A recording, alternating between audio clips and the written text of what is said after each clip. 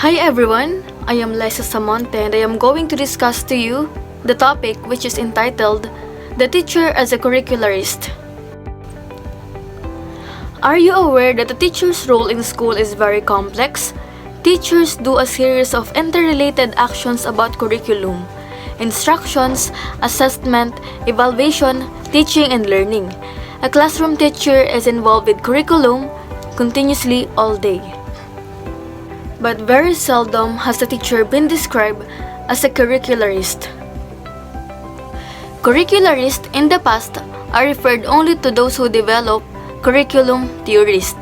According to the study conducted by Sandra Hayes, 1991, the most influential curricularists in America include John Doe, Ralph Tyler, Hilda Taba, and Franklin Bobbitt. You will learn more of them in the later part of the module. In this lesson, we will start using the word curricularist to describe a professional who is curriculum specialist. Hayes 1991, Ornstein and Hankins 2004, Hewitt 2006. A person who is involved in curriculum knowing, writing, planning, implementing, evaluating, innovating, and initiating may be designated as curricularist. A teacher's role is broader and inclusive of other functions, and so a teacher as a curricularist. So, what does a teacher do to deserve the label curricularist? Let us look at the different roles of the teacher in the classroom and in the school. The classroom is the first place of curricular engagement. The first school experience sets the tone to understand the meaning of schooling through the interactions of learners and teachers that will lead to learning. Hence, curriculum is at the heart of schooling. Let us describe the teacher as a curricularist. First, the teacher as a curricularist knows the curriculum. Learning begins with knowing. The teacher as a learner starts with knowing about the curriculum, the subject matter, or the content. Meaning, as a teacher, one has to master what are included in the curriculum. It is acquiring academic knowledge, both formal, disciplines, or logic, or informal, derived from experiences, vicarious, and unintended. It is the mastery of the subject matter, and it is also known as the knower. Second, the teacher as a curricularist writes the curriculum. A classroom teacher takes record of knowledge concepts, subject matter, or content. This need to be written or preserved. The teacher writes books, modules, laboratory manuals, instructional guidelines, and reference materials in paper or electronic media as a curriculum writer or reviewer, and they are also known as the writer.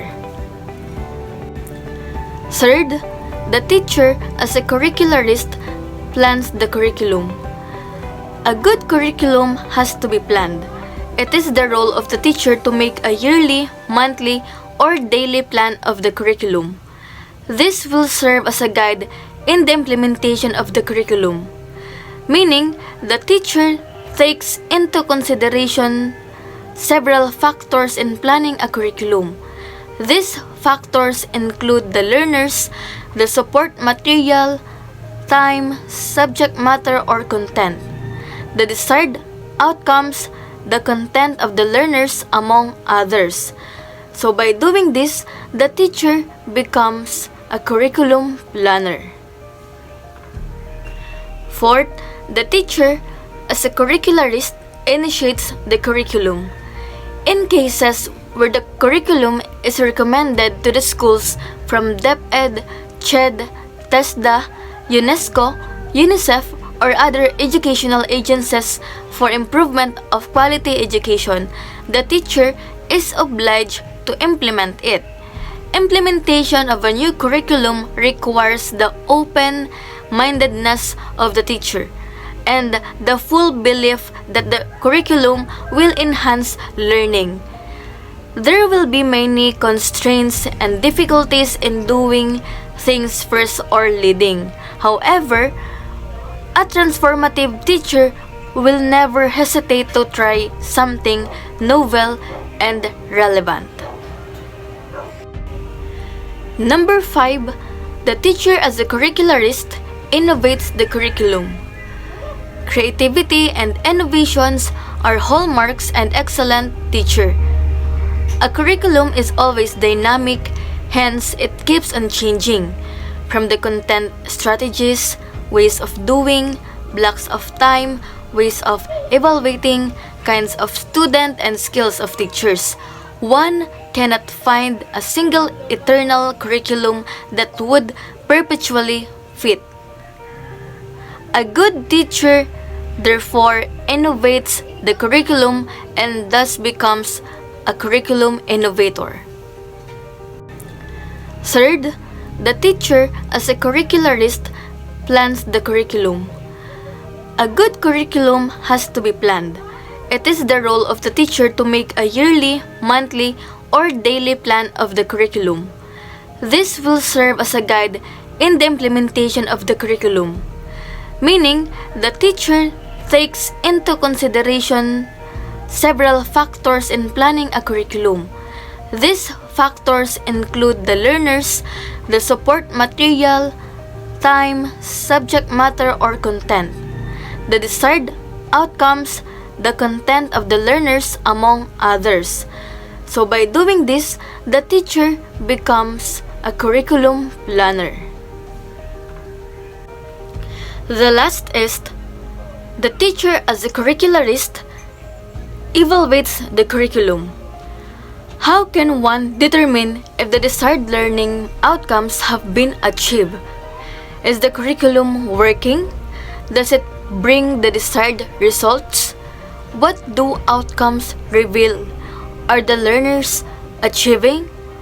Are there some practices that should be modified? Should the curriculum be modified, terminated, or continued?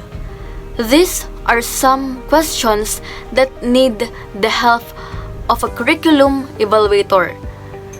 The person is the teacher. It is also known as the evaluator.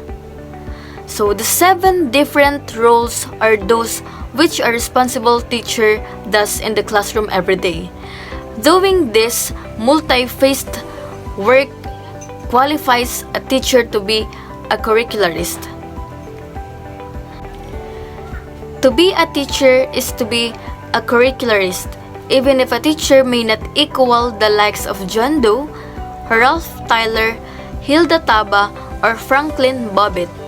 As a curricularist, a teacher will be knowing, writing, implementing, innovating, initiating, and evaluating the curriculum in the school and classroom, just like the role models and the advocates in curriculum and curriculum development who have shown the way. So, that's all. Thank you for listening.